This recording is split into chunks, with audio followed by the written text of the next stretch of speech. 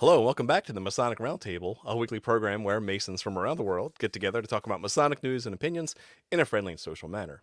As a reminder, the thoughts and opinions expressed here are solely the opinions of the participants and do not represent any Grand Lodge statements or positions. Make sure you keep your conversations open for the public and on the level. To interact with us, we love seeing you live every Thursday night over on Facebook or YouTube land. The chats are always fun, and remember, your chats might show up on the show, so watch yourself. As always, if you can't catch us live, check the replay or check out your favorite podcasting app.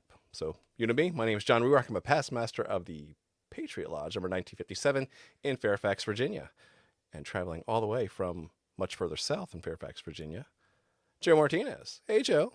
Well, hello, Joe Martinez. I am in an undisclosed location, mentally preparing myself for the grand annual communication of the Grand Lodge of Virginia. So I have to go into a quiet place and center my mind for 2 days of grand fabulousness, shenanigans.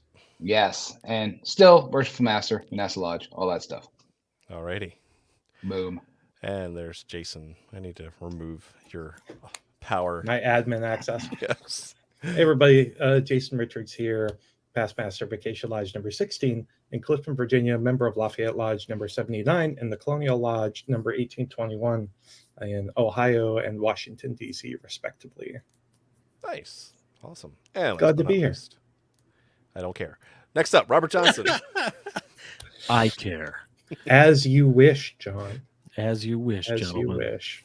Yes. Robert Johnson, past master, Waukegan 78, current sitting secretary at Space Novum Lodge, and also the secretary over at Waukegan 78 Lodge. Master elect. I am master elect over at Space Novum. So if you can come to our Feast of St. Andrew and you got the invite with the link in the email, and you can come out to the restaurant here in Illinois, I'd be glad to have you. So come on out. When's installation? Same night as the Feast of St. Andrew, so November 30th. Yeah. So Thursday night. My question was, would you and Joe overlap in your Worshipful Master duties? For a day. Yeah. One day. One day. So brace yourselves, guys. The universe is just going to like implode on itself. I'm going to pass. All this awesomeness. Yeah. I'm just going to like relight his torch. That's going to be great. Pass the torch. No, you won't. It's not getting just snuffed out. You'll be the secretary. It'll be great. Life master in perpetuity. Oh. All right. Before we get started, I want to give a special shout out to the patrons who like crab roasts. Head over to patreon.com/the Masonic Roundtable to be a patron and supporter of the show. You guys are awesome.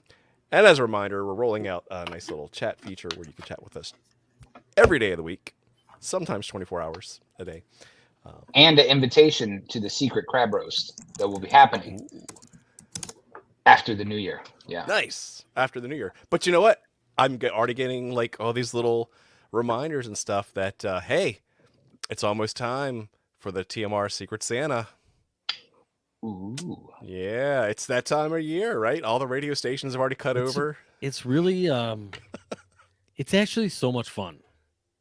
I really like the Secret Santa every TMR year thing. Me too. Yeah. You don't have to be a squire, and I think the first time we did it, we just opened it up to everybody, which was friggin' wild. Fantastic. I So mean, cool. yeah, I'm looking forward to it because just it's so weird. I mean, it sounds very touchy feely, but like there are brothers who have never met that are like sharing a little bit of love over the holidays, and I think that's kind of cool. So, go team. And also, another thing we do in addition to the Secret Santa is for those nights in our, in our Patreon tiers, what we will typically do is we'll randomly select 4 of those nights, and one each will get a special goodie bag from one of us. I think we could do that again this year. Yeah, and it's not like the same stuff everybody gets. No. Like not everybody, like we don't decide on like a weird curated package. Like we know what you like. We go in, we're curating individual pieces for each person. It's a lot of fun. It's personal. It's nice. Mm-hmm. Yeah. Well, that's the thing I like about the Secret Santa, and I was a member of that before I even came on the show. And what I loved about it was you get to see people's wish lists, and you get a little view into who these people are. It's like, oh, why did you want that? Oh, why do you want that book? Like, it's really interesting, some of the things that people put up there, outside of the regular And then you're like, Masonic I would tchotchkes. also like that. I would also like that on You my add it wish to your own list. wish list. That's right. Yeah. Thievery Well, afoot. we definitely have to get that started again. So cool. Stay tuned for that. Yep. Tarot card of the Great. week. It's Woo! that time. All right. Let me. Oh, we lost our tarot cam banner. Okay. Well, I'll pull that up anyway. Let's see what we got here. Give some focus to this. These deck I'm Where's our using jingle? is the Kabbalistic Tarot. Tarot cam of the week. I Oh, guess yeah. tarot card of the week as opposed to tarot cam. Is there any other tarot cams of the week that you're watching? Ooh, hashtag tarot cam. We should search that. All Damn. right. Ooh. Here we Ooh. are. Talking about a Dang. roll of the craft this week. Ooh, We were that's, talking that's Chuck Dunning's card. the Hanged Man. Why is it Chuck Dunning's card? Oh, because of the limited edition Esotericon tarot deck, Chuck Dunning was on the hand. Oh, that's right. Yeah, he was. Ooh, we should do a poll with that deck one day. right. Yeah, Those are awesome. next week. That's pretty funny. But let's see. Yeah. The Hanged Man, obviously suspending, letting go, Surrender. sacrifice, surrender, like, just Surrender to being secretary forever. and worshipful master forever. Yeah, you know, Oh. and if your hair dangles off the top of your head and just barely touches the water, you know, you just kind of giving in to the icky. You know, it's just the way it is. Now that's a cool. I like the Hanged Man. I think it's a cool card. It's interestingly enough, like in the Bodhi deck, there's a lot of color symbolism with it. I can't remember offhand because I'm a terrible person, but I don't think any of that's secret. I'll just post it in the Knights and Squires chat. There you go. Nice. Very cool. Love it. All right, let's get to today's topic. So, we're going to talk about a roll of the craft. So, if you have ever attended lodge, they do take attendance, right? And so that's not what we're talking about tonight. We are talking about a special moment that, if you're a Master Mason, you will have experienced at least once, where it is necessary for a roll of the craft to be called. And so, as part of this process, the secretary is doing his job to make sure that named individuals are present And accounted for. and accounted for. Yeah. Right. Mhm. Which is very important for obvious reasons. So if you've not experienced that, you'll have no idea what we're talking about. But And that's for those okay. who do, and that's all right. Because you'll at least get a biblical history lesson out of it. There you go. In some jurisdictions. That's right. Yes. In some, they just made stuff up. Yeah. So what we found. So it's like an American history lesson. Yeah, exactly. What's it? What's the line, Jason, about like Masonic history? It is Like- written by. No, but like Those who win. not from time immemorial, right? But that just means- Oh, yes. Time immemorial is just a fancy way to say we don't know, but this sounds good, so let's go with it. Right, right. So, what we're going to talk about today is the breaking free from provincial Freemasonry. That's as Nick Johnson would like to say that the way your Masonry is done, you assume, is the way it's done everywhere. We are a universal brotherhood, after all, right? With members around the globe. So obviously, the ritual is exactly the same in every jurisdiction, right?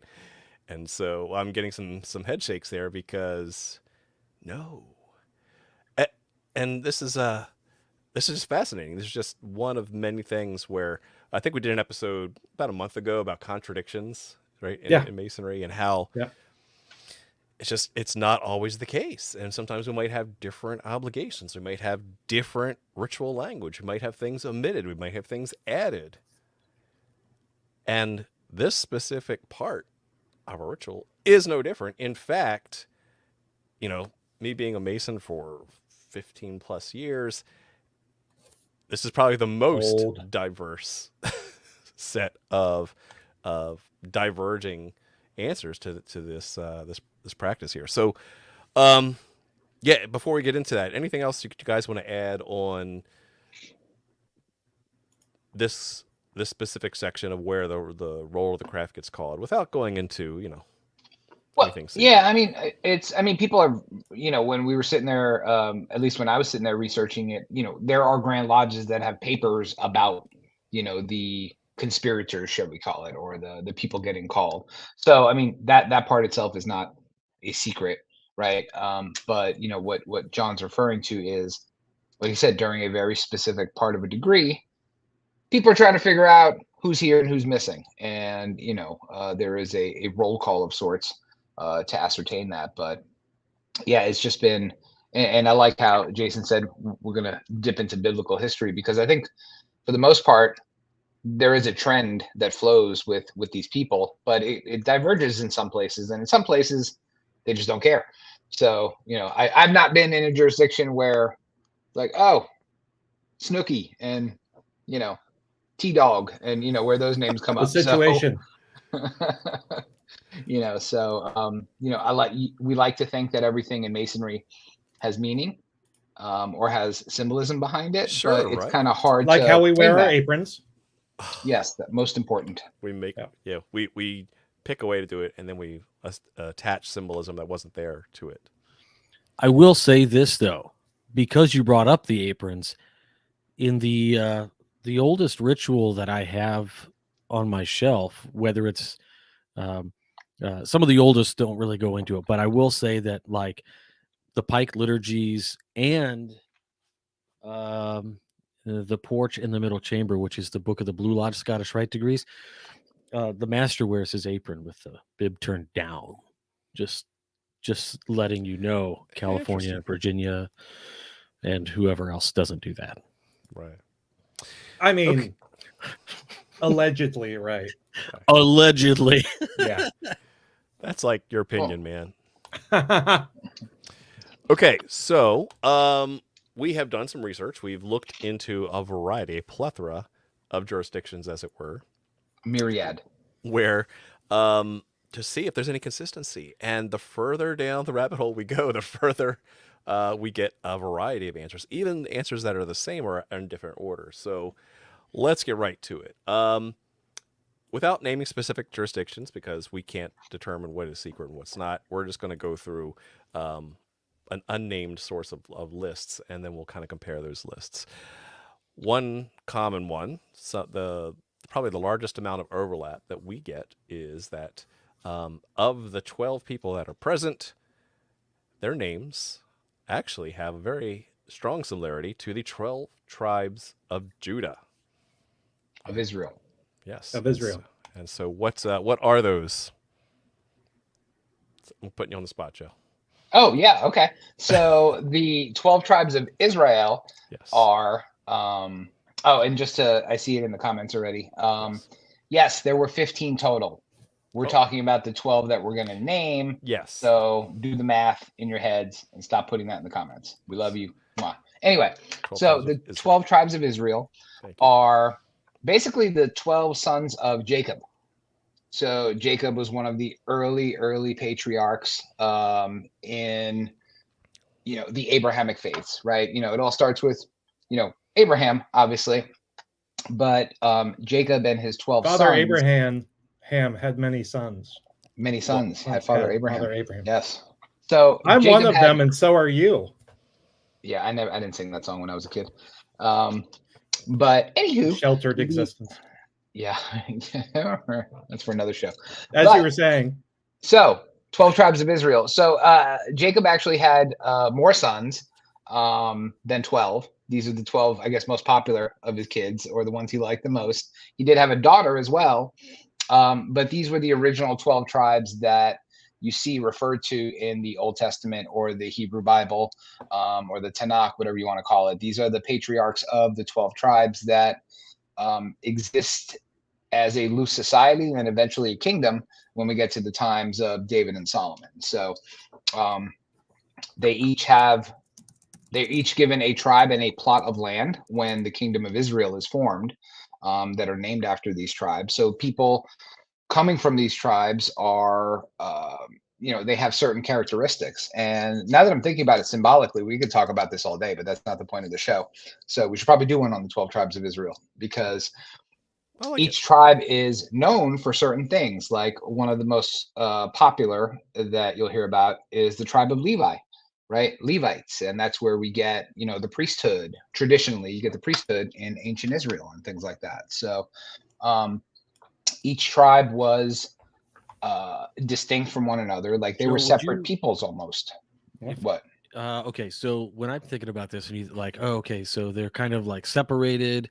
Would you say that it's not unlike a caste system? You know what? That's an interesting question. I would have to say, if there was a caste system to it, it was limited to, honestly, it was because they were all landowners, right? So the 12 tribes, they each had their own plot of land. They were different in size, honestly, based on how much Jacob liked his kids, right? So, like for example, it's the patriarchy. Joseph, which had a musical named after him. He had a Technicolor coat, all those awesome things. He actually fell out of favor, and his tribe was split into two tribes. You had Manasseh and Ephraim. So, which is where we get the name of our lodge, Manasseh Lodge. Absolutely right, Brother Jose. Yeah, so it is more like clans. I would say the priesthood, which were very, very important to ancient Israelite history, came from one of those clans, and they were obviously people of great importance. That's where the high priest came from, things like that. What about the MacLeod clan? So, yes, the MacLeod clan started with Connor in 1492. Unless you get to the TV show, then he has a weird cousin brother. Still don't know who the hell he was. Then you had Duncan, and he had a weird Spanish dude with a British accent. The 12. Yes, the 12. 12 tribes of Israel. We have Reuben, Simeon, Levi, Judah, Dan, Naphtali, Gad, Asher, Issachar, Zebulun, Joseph, and Benjamin. Right. So you may hear those as being called as members of the craft. Why? It just is, right? And so they predate King Solomon's temple by a long shot, at least in the biblical mythology. So yeah, it's just odd that those names are picked. Maybe because they're just we need 12 biblical names. Let's see. Oh, look. Yeah, like there's a group well, of 12. ultimately, like David and his son Solomon were from the tribe of Benjamin, right? Judah. Oh, Judah. Yes. Yeah. Okay, that's so kind of important to know. I'm going. Jesus was from the tribe of Benjamin. I'm going through all these old exposés that I have, and in particular, what's funny is like Ronanes, or the ones like by Ezra Cook that you see all the time. Very seldom changes its verbiage, but over all the editions that I have, it's really funny. He kind of just says the rolls are called, and the names are. It just says like some like scriptural sounding names, like in past. Make them up. Just make them up. Jason, Richard, Ezekiah. Yeah, we were joking about that, but I was actually I didn't get to finish it. So there are absolutely. So we have a list of all the names based on jurisdiction, and there are absolutely, to Robert's point, some totally made up but Jewish sounding names. Yeah. I have there are names that you do not find in scripture.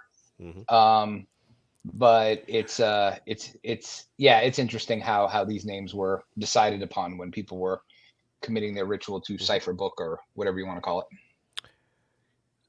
And then, so you heard the order that I read, and then other neighboring jurisdictions to that jurisdiction also lists the 12 tribes, but they list them in a completely different order.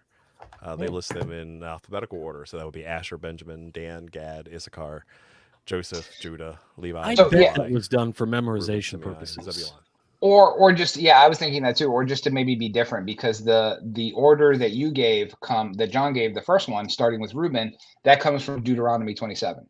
So that's how they're listed in Scripture, right? So there are quite a few jurisdictions Right. that do it the same way because they pulled it straight from the page. So Exactly. yeah, to Robert's point, those same 12 names show up in different orders, and you're probably right. It is to make it easier to memorize.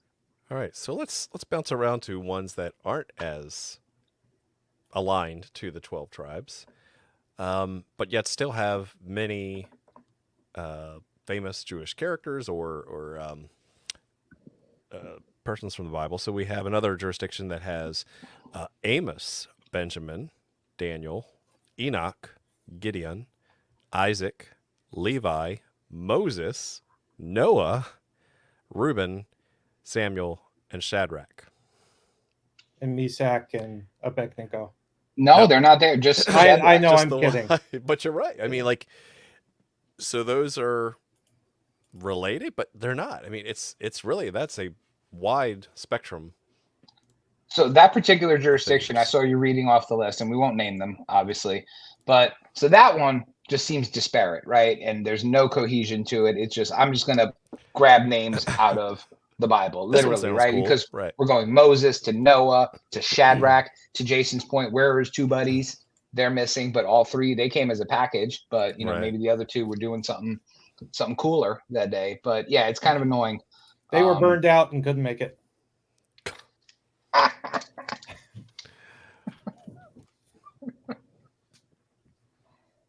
A terrible person. Yes. You were saying, John. Was I? So, yeah, so I just find it interesting, the historical spread of those, right? Because the first thing I want to do as a lightweight Masonic historian is try to see, is there some sort of Masonic relevance to that name, right? Or did they just really completely pick it at random, right? So a few of these, obviously, I think even Shadrach was one that actually, was it Adoniram or Shadrach? That actually was Adoniram. I'm thinking ahead. That who was in charge of conscripted timber cutters during the building of King Solomon's temple. Mm. And that shows up in a different jurisdiction. We'll go to that one next. But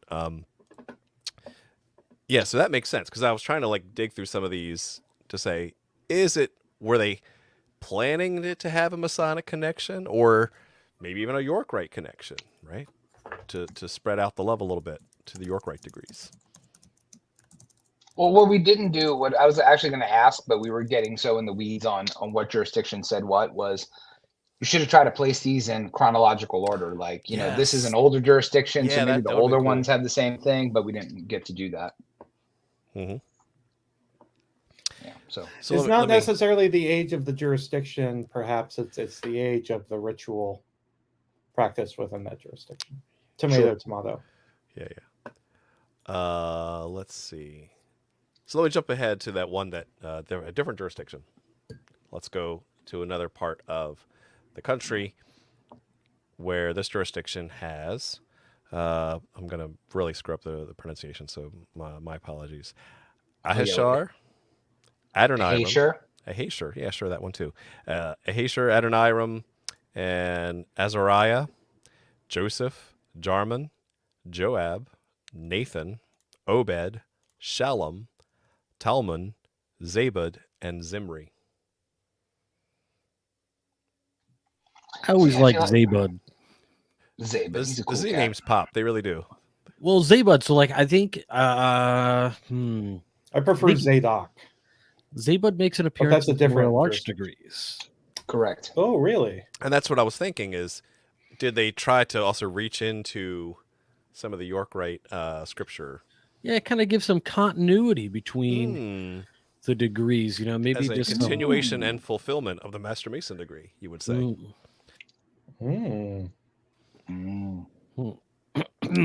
But as I said, Adoniram, listed there in that jurisdiction, does have a King Solomon's Temple allusion as well. So that makes sense. I'm sure we could dig through some of these, but yeah. And yes, to Nanya's, yep, those same people. Now, the York-Rite degrees and the Scottish Rite degrees, there is a lot of similarities in some of those degrees, absolutely. So it's the same characters, pulled from So biblical Nunya's asking, history. is the Adoniram and Zeba the same that appears in future degrees? Yep. Yes. Yeah, like not looking at the. It's not like John where there were like 15 of them. Yeah. Well, when you look at the roll call list of names, also what you'll find is that names are very different in the different jurisdictional areas as well, especially like the older you get with the ritual. So if any of you guys are at home, excuse me, I have a cold, at home and you have access to, say, the Scottish Rite liturgies or this more recent book, the Porch in the Middle Chamber that De Hoyos put out, which is really great, super cool. Light reading. It is light reading because it's not something that you're going to just blast through. You go back to it to read a certain thing at a certain time, but I would say that names are certainly different. Like we might have a character named something specifically in the third degree, like we have Hiram, King of Tyre, totally different name in these older things. So, but also in these older books there are no roll calls. So that's interesting. Oh, so there you go. Well, to take a step back for a second, I mean, we when we were doing this research, like I pulled a couple of different copies of Emulation Ritual for different jurisdictions, that use emulation, and there's no drama there, right? So they don't have a specific point in time where all they say is to Robert's earlier point, the roll was called, but they're just sitting there. Basically, you're getting it in lecture form, so you don't get these individual nuances that you see in American York Rite Freemasonry. American. So here's another one. Different jurisdiction. Abraham, Adoniram again. Amishadai, Benjamin, Bezaleel, Belshazzar, Jethro, Josephus, Jedediah, Zebulun, Zephaniah, Zedekiah. I think those guys just want to be different. I'm sorry. They pulled some rando Amishadai. I mean, he's mentioned once in the entirety of the Bible. And the only reason is because he's someone's dad. Like, nothing about this, bro. So. Because he was visiting Lodge. That's why. He's somebody's dad. He had a freak out when somebody touched the thermostat. He gets his name in the book. Who opened that thatch? Close the door. We're not heating the neighborhood. Not shading the outside. Yeah. Also, I can never keep a straight face with Jethro. It just, whether it's the Jethro Tull or it's freaking some sort of hillbilly stuff. So, is that even a biblical name? Is it? I don't know. Yes. Dang. He was actually a really important dude. He was Moses's father-in-law, so he was Moses's wife's dad. So he was the one who, when Moses, after he killed that Egyptian soldier who was whooping on the Israelite slave, when he ran away, Jethro was the one that took him in, and then had the spoiler alert, told him that he was a Hebrew. And so Jethro's a big dude.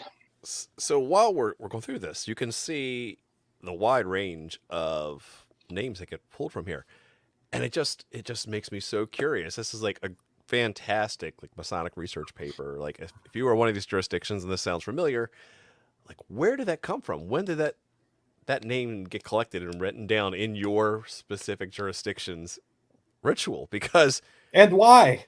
Yeah, like it had to start somewhere. Some guy had to say, "Yeah, let's pick these names. Let's go with Jethro."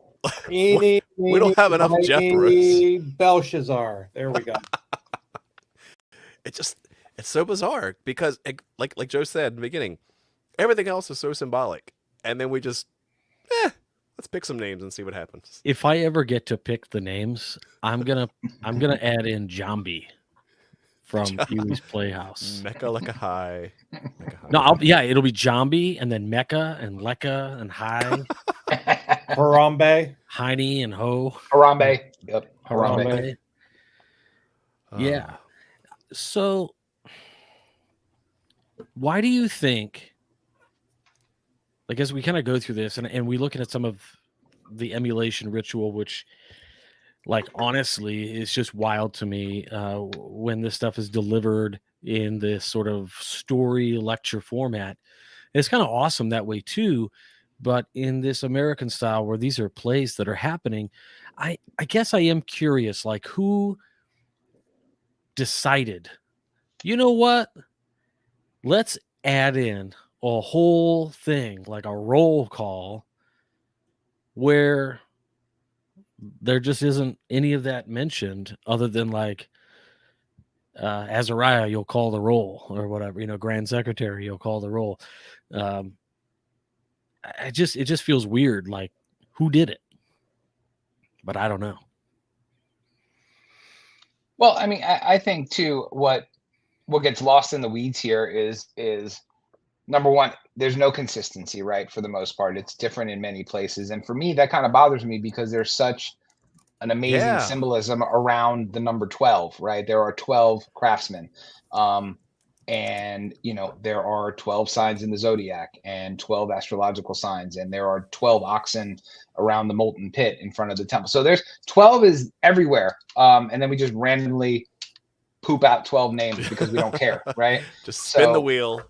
Right. So that's, it kind of bothers me a little bit. Like, why we're so focused on symbolism. Why are these things so arbitrary? Mm-hmm. Preston, Webb, call us, tell us things. Mm-hmm. Ouija board. Preston Webb, Ouija Desagoulier. Desagoulier would say, I traveled to Scotland and just copied what they did, went back and told them. Nice. Oh, man. You found an interesting fact when you were digging up yours, Jason. Yeah, and so there are some jurisdictions, think like, Scotland and others, where they don't have just one ritual. And so there is a jurisdiction that has multiple, and wouldn't you know it, the names don't line up at all. Interesting. So within the same jurisdiction, you can have different versions of the ritual. Yeah. And obviously that there's no similarity when those names come up. And they are entirely different.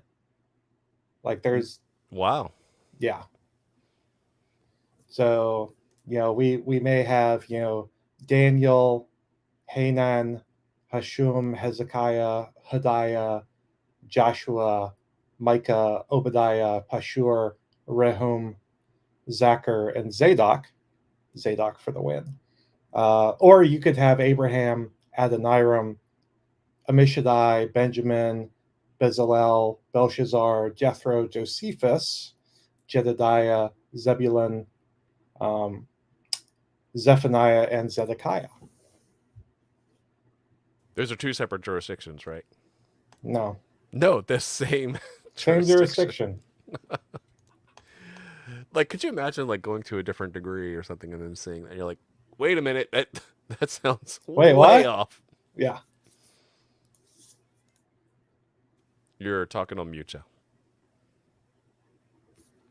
It was nothing of substance. I just said, what if you go to... Damn it, and you muted me again. Language. I said, dang it. Okay. Yeah, you did. I did. Edit it out and post. I'll give you something to post.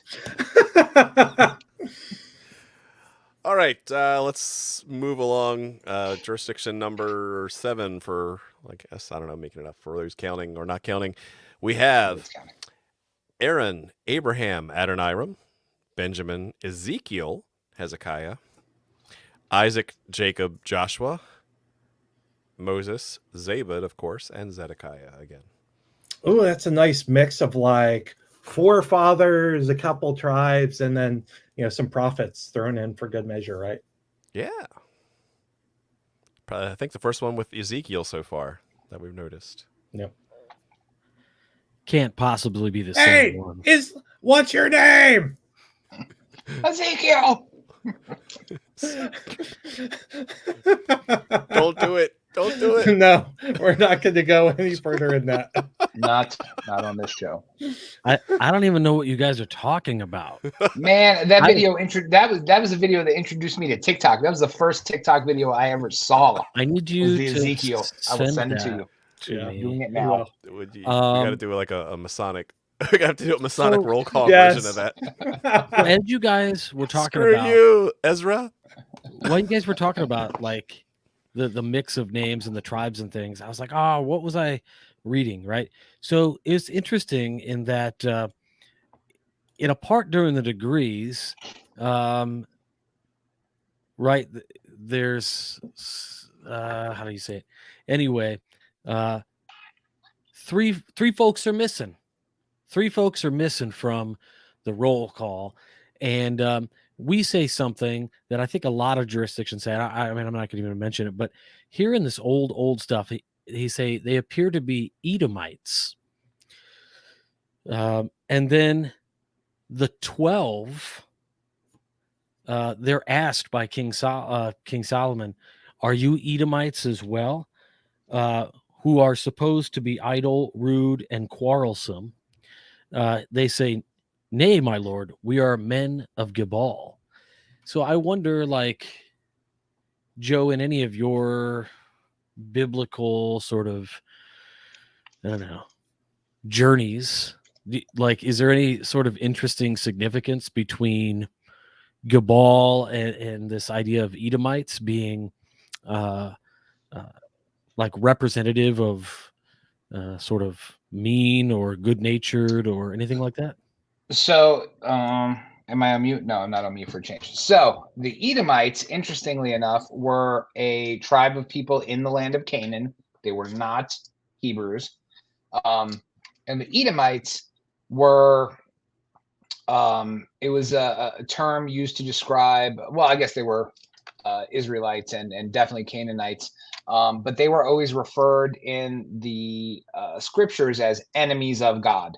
So when you see the Edomites being referred to, it's always the Israelites got to go beat up the Edomites because the Edomites are God's pissed at them again, or they've done something to offend God. So I can't think of, and people in the chat, correct me. I see Scott there. Correct me if I'm wrong. I don't know if there's a positive mention of the Edomites as a people in the Old Testament, because they're always getting their butts whipped because they offended somebody. Most of the time, Cool. God. I think, yeah, that adds some really interesting context to some of these older rituals. So thanks, Joe. Yeah. Well, it's interesting you use that because I think in most other jurisdictions where I've seen a Master Mason degree, the workmen are always from Phoenicia. Well, that's interesting because in my jurisdiction, they're from Tyre. That's in Phoenicia. Shut up. Okay. All right. So, looking at my list, there is another jurisdiction that actually is an exact copy of another one. So we do have at least Does it have one of the names that upset me? data points. No, it's actually the ones that align to the 12 tribes. So Ooh. they actually have it not only the 12 tribes, but in the same order. So, yay.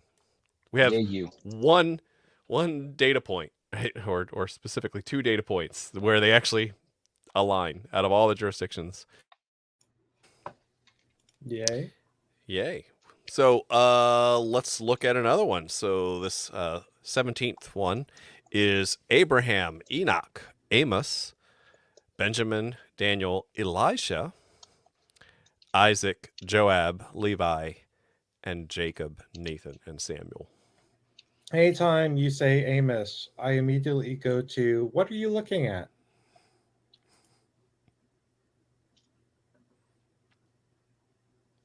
I don't get the reference. Neither Okay. do I. That's okay. So, but we have Enoch though, which excites Joe because Joe like Which one? Which one? There was more than one Enoch.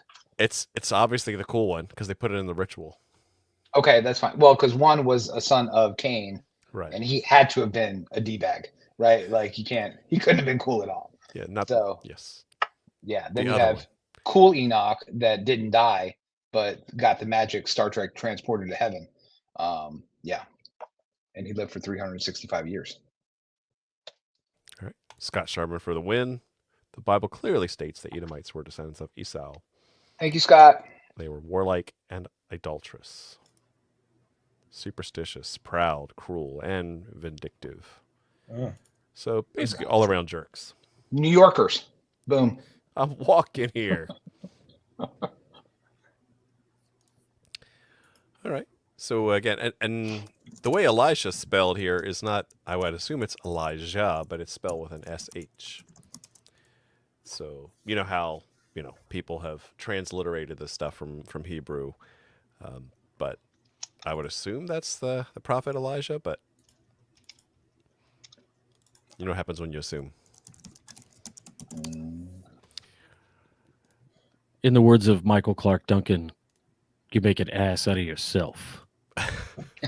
Was that from Okay. Slammin' Salmon? Hey, meat drapes. I think it was. Yes. Next up. So this jurisdiction is kind of fascinating. So jurisdiction number 21, we have Ahab. Numbers. We have Ahab, Benjamin, Caleb, Daniel. Notice no pause. We went to a group of 4 there. Ahab, Benjamin, Caleb, Daniel. Abel, Barak, Elam, Gideon. And finally, Aaron, Ephraim, Hadad, and Levi. Rando. Which, depending on how loose your lodge or district instructor of work is in that area, it was also informed that sometimes they might just replace the candidate's name for one of these names. Because it's a roll of craft, and the names don't mean anything. The names are made up, and points don't matter. So, hey, why don't we actually have actual people's names as we're doing a roll of the craft? Because we're literally doing a roll of the craft. True. Well, interesting for this one because yeah. Thank you, Scott. Another thing which I know Scott's typing right now probably is Ahab was a bad dude. He was an evil king. So we've got. I don't think we were when people were picking That's these names, true. they weren't picking like super positive role models for people. Because these are supposed to be names of members of the craft, so they should be just and upright people, obviously. But not always.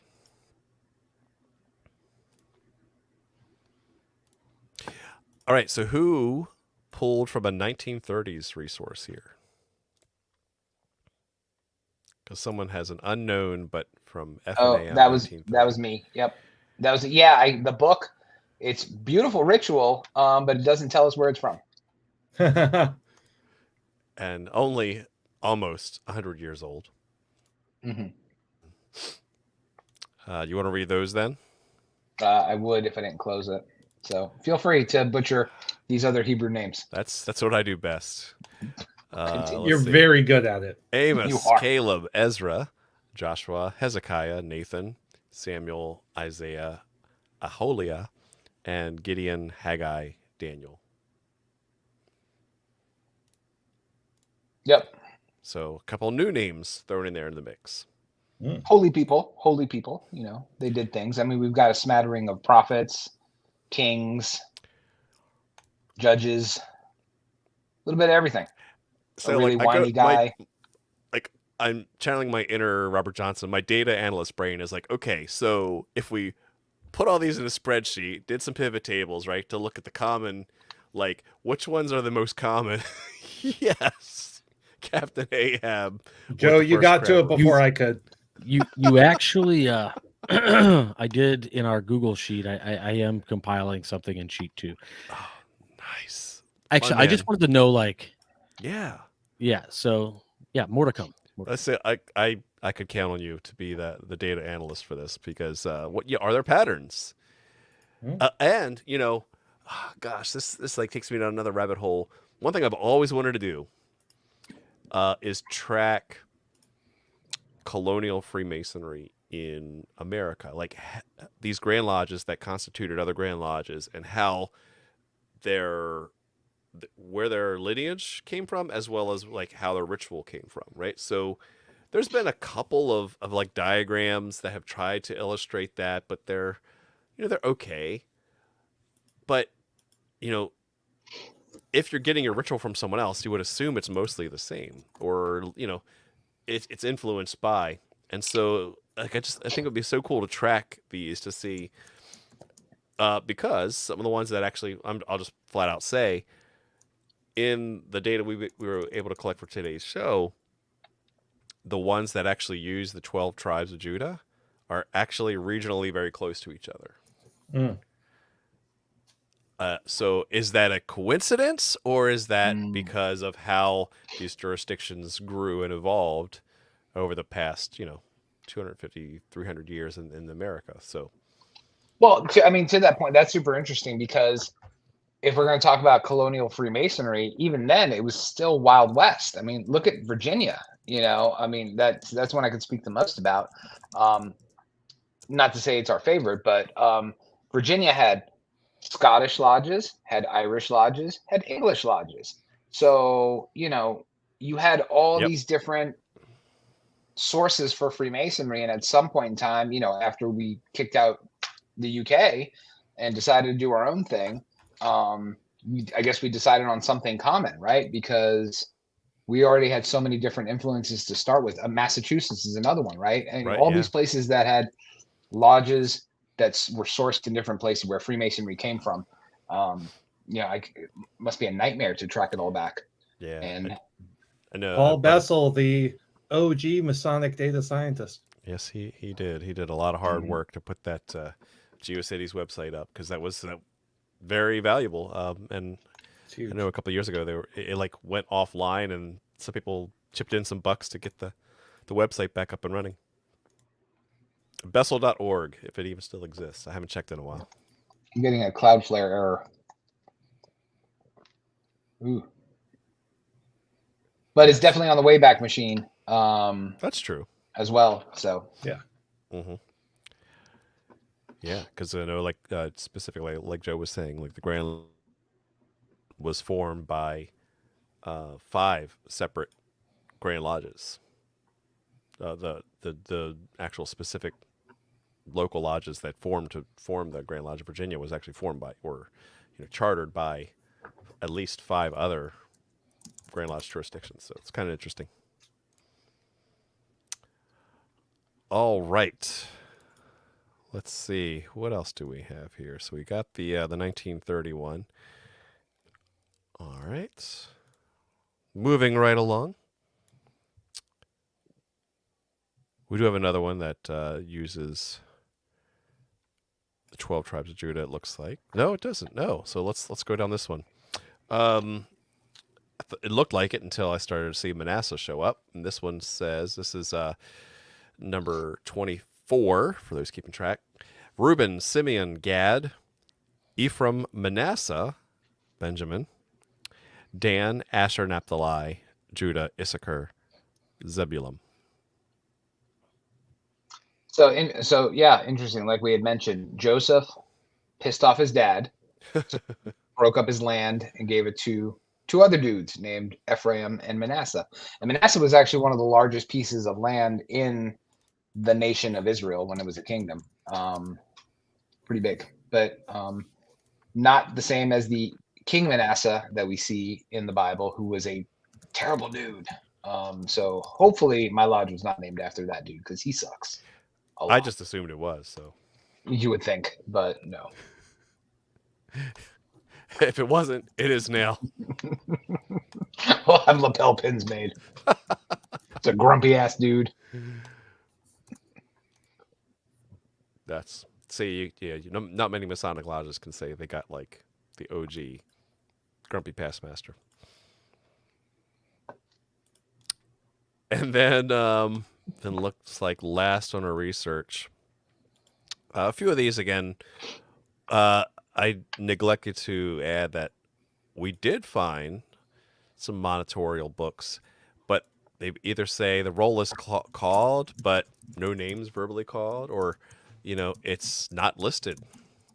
So we have to use a little bit of our imagination there to see, like, if they don't have it, but they say they call a craft, then it's left up to, the committee on work for that jurisdiction to say, well, do you just make up names? Do you do nothing? Do you just go through the Do they motions? keep it in a little card in the secretary's desk? Like a little Mhm. secret index card. Do you say, hey, let's call a roll of the craft? Okay, we called a roll of a craft. Let's move on. Yeah. Yeah. So we do have a few of those, but obviously we couldn't list those because there's nothing to list. And then I believe it was Robert who looked into some of the, what do you call them? Okay, what are these books? Ronanes. Ronanes. Thank you. Ronayne. Yeah. I just pull names from a hat. Good call, Aaron. Within those books, there's literally they give the same exact. To hell with it. They give the same exact roll call that Illinois uses in the official Stuff and things. Yeah, and it's really So interesting because Ezra Cook was publishing out of Chicago. It was, I mean, seriously, everybody used Ronane's Ezra Cook's expose. That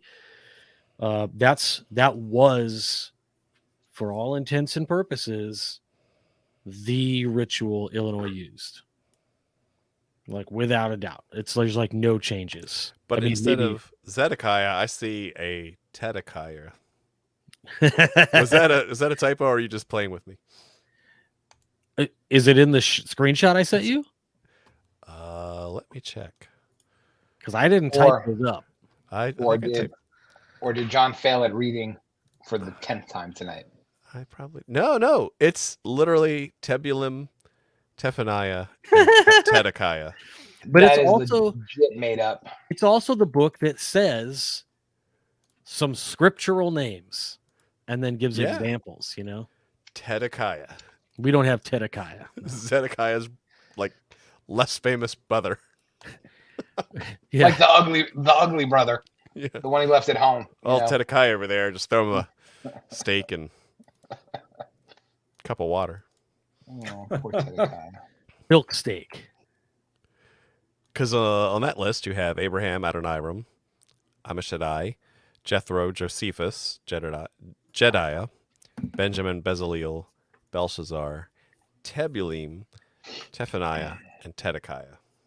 Can I just say I'm very disappointed that Aziraphale doesn't show up anywhere in this list or these lists.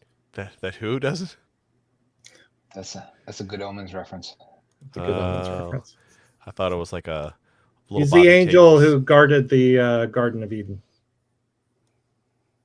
after Adam and Eve got kicked out. Nice. I need to catch up with my good. Man, like you guys are just not getting any of my references. That's tonight. like swing and a miss. Like it's like 2 or 3 in a row. I got one. Yeah, that's fair, Joe. You're doing better than the rest of the guys. Thank you. Right. What's your name? Well, we are at that time. We did not, cover all jurisdictions. We only got up to 47, so I'm sure there's more jurisdictions that we could get to later. And if you were counting, it's not 47, but somewhere between 0 and 47. But it proves our point. 47's a problem. It is. It's enough data here to say there's something fishy going on. I got it. I got that reference because it wasn't a good Omens reference. Okay. yeah, it shows that there's enough of a difference that there's a lot more research that could be done here. Like, where do these come from? And so, What does it mean? what does it mean? We have to go deeper. So the final question of the night is an easy one. If you were to add one name, if you could add one name to the role of the craft that's called, and you can have this for funny reasons, for symbolic reasons, what would you pick, and why? Okay, so you have the power to add a name, to replace a name on some of these lists. What would you add and why? Let's go with Jason. I mean, I already said a zero fail, right? You did. That's a good one. If I could add any non-angelic name,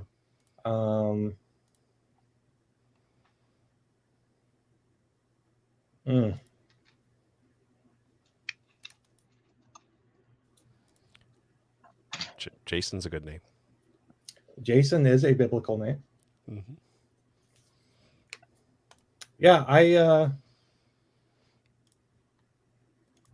I would say Aaron. No, Aaron is in one of the jurisdictions. In one of them, but you'd want to make sure it's there. Yeah, I think Aaron's important. Mm-hmm. Yeah, he doesn't show up in many. I think he was only listed in one that I'm skimming through right now. Yeah. If our data scientist here is calculating these things up. Yes, it looks like Aaron only shows up in one. So there you go. Mm-hmm. Let's make that more widespread. Good call. I'll give our data scientist more time. Joe Martinez. Too easy. So I would replace Gad because I hate that name. That's just a rough name, like Gad, and I would replace it with, and I'm stealing from Jason because I thought it was fabulous, but I think in 100 years from now, it'll be glorious if people are saying this name, Harambe. So how about Gad for Harambe? It's 21-23, and people are doing the Master Mason degree, and they call out Harambe, and we just all roll over in our graves with laughter. So nice. Yep. Good call. Go Harambe. Nice. Okay, over to you, Robert. Well, first, I'll just say that, excuse me, even though we had all of those names, when you remove duplicates, it was still 82 unique values. Wow. That's fascinating. That's annoying. It is, yeah. So also the most common across all of them is Benjamin. Benjamin appears in 11 different lists. And at first glance, I really thought it was going to be like Moses or something, because I thought that would just appear more since it's a more popular name, but it wasn't. So in terms of a name that I guess I would toss in, I think it would be really cool to see some of the archangel names go in. I think it'd be neat. So like, and I'm not Michael. Yeah, Michael or Gabriel or like Raphael. Yeah, I mean, even if Leonardo, the patron saint of pizza, I mean, like, of course, there's going to be people out there that are like, well, then, it's a slippery slope. People are going to be like, Samael and, all these other ones. But, really, I think those are interesting enough. They hold huge prominence, at least in very much a similar way. And they're still kind of, they're still Old Testament. It's not jumping into the good news. So, yeah, any of like the angelic names I think would be really cool. Nice. Awesome. Yeah, I was going to go with kind of like the various names of God, right? In the Bible. That's another, because he's called by many names. So that would be really easy to pick your top 12. Would you be painting God as a conspirator in that case, though? Oh, no, not at all. Okay. No, just a member of the craft because Oh, he creates. So Ooh. let's see. And just, because why not to go with Joe's Harambe reasoning. Hey, if I get to create the ritual, I'm going to put my name in there. My name's a biblical name, right? Jonathan or Yah-Natan, which in Hebrew means God's gift. So since I usually add to women on the side. And but, only God's gift. God's gift. So that would be an easy one to slip into the. We saw Nathan a couple times on the lists, but why not Joe Nathan as well? So that's my thought. Really fascinating research. Again, I'm really surprised it took many years and many jurisdictions to realize what a strange discrepancy we have in this seemingly simple part of our ritual. But the ritual changes, and You know what's going to happen, John. What's that? At the next North American Conference of Grand Masters, they're going to establish that a solid list of 12 Fellowcrafts be standardized across the board. And if they're not, then you lose recognition. And then they're going to reprint the ancient landmarks that are not ancient that came out in 1859. That's right, baby. As soon as they get the landmarks steady, then we'll work on that list of names. So it's a safe bet. And hey, you know what I just discovered that's really cool? Really quick. Landmarks. If you guys are interested in like a side-by-side kind of comparison of some of the landmarks, Henry Coyle's encyclopedia is like fantastic. Nice. Anyway, well, there you go. That's all I got. Awesome. Well, hey, super cool episode. Hopefully you guys use this as a jumping off point and look into your jurisdiction and see where those names lie. I want to thank you all very much for watching, and we'll see you next week. Keep searching for more light. Have a good night. Wow.